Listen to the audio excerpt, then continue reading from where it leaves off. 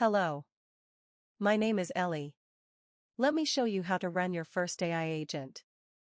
Agent orchestration works with three simple pieces: role, workflow, prompt. The role tells me how to think about the task. Each role changes how I approach the problem.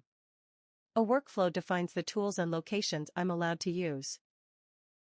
Agent orchestration tutorial started. I pre-filled an example agent prompt. To help you build your own agents, I placed two templates in your tutorial folder. Example_agent.json. This shows how to define an agent. And AI_orchestration_task_template.json. This shows how to structure a task. Next step. Create your own agent.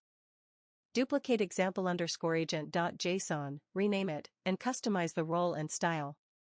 Then use that file as the spec for the agents you run in the orchestration panel. Once you understand role, workflow, and prompt, I can help you build and manage entire AI teams. When you're ready, press run. Let's orchestrate something.